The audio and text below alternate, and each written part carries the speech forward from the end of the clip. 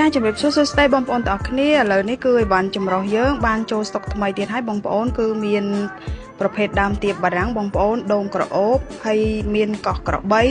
យាយរួមទៅគឺអវ៉ាន់ថ្ងៃនេះចូលច្រើនមុខចឹងណាបងប្អូនហើយមានជាប្រភេទដូងនេះបងប្អូនដូងក្រហម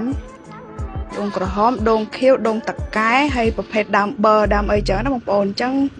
បងប្អូនថ្ងៃនេះអវ៉ាន់ចូលច្រើនមែនទែនមានជពូមានអីចឹងបងប្អូនមានបំណងចង់ទិញដាក់ដាំអីអាចកំងបានណាបងប្អូនហើយប្រភេទស្វាយក៏យើងមានចូលថ្មីដែរបងប្អូន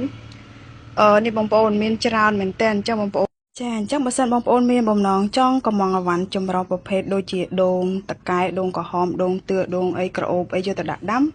បងប្អូនអាចធ្វើការកំងចេញពីเพจរបស់យើងខ្ញុំបានគឺเพจកសិកម្មកូនខ្មែរក្រុងពោធិ៍សាត់ខាងយើងខ្ញុំមានសេវាផ្ញើជូន25ខេត្តក្រុង